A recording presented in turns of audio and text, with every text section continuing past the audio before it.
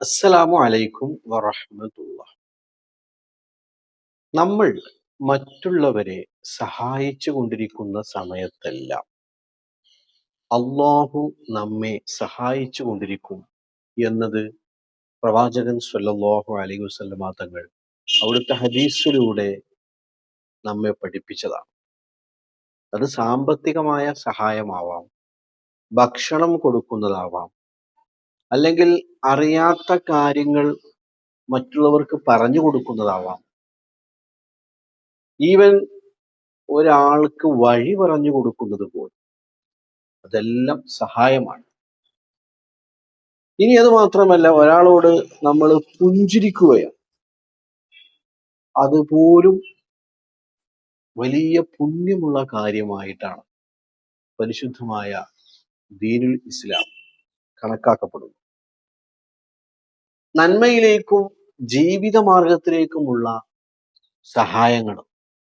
അങ്ങനെ ഒരാളെ നമ്മൾ സഹായിച്ചു കൊണ്ടിരിക്കുമ്പോൾ തീർച്ചയായിട്ടും നമ്മൾ അറിയാത്ത മാർഗത്തിലൂടെ അള്ളാഹു നമ്മെ സഹായിക്കും.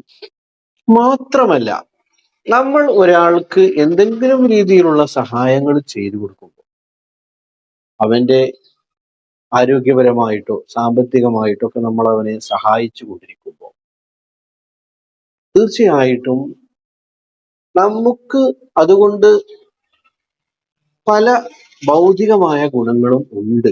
നമ്മുടെ ശരീരത്തിന് വലിയ ഗുണങ്ങളുണ്ട്, നമ്മുടെ മനസ്സിന് ഗുണങ്ങളുണ്ട് എന്ന് ശാസ്ത്രലോകവും കണ്ടെത്തിയിരുന്നു. ഉദാഹരണമായിട്ട്, നമ്മൾ ഒരാളെ സഹായിച്ചു കൊണ്ടിരിക്കുമ്പോൾ നമ്മുടെ ശരീരത്തിൽ സെറാട്ടോണിൻ എന്ന് പറയുന്ന ഒരു സന്തോഷത്തിന്റെ ഹോർമോൺ ഉൽപ്പാദിപ്പിക്കപ്പെടുന്നുണ്ട് എന്ന് ശാസ്ത്രം കണ്ടെത്തിയിട്ടുണ്ട്.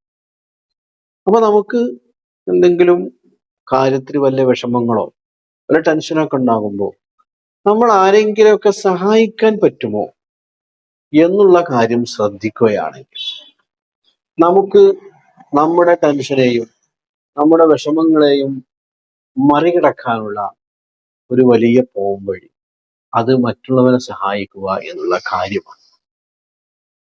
അപ്പോ നമ്മുടെ അയൽപക്കക്കാര്, നമ്മുടെ കുടുംബങ്ങള്, നമ്മുടെ കൂട്ടുകാര്, ഇവരെയൊക്കെ എങ്ങനെയാണ് സഹായിക്കുക എന്നുള്ളത്, അതിനുള്ള അവസരം നമുക്ക് കിട്ടുമ്പോഴെല്ലാം നമ്മൾ അത് ഉപയോഗപ്പെടുത്തണം.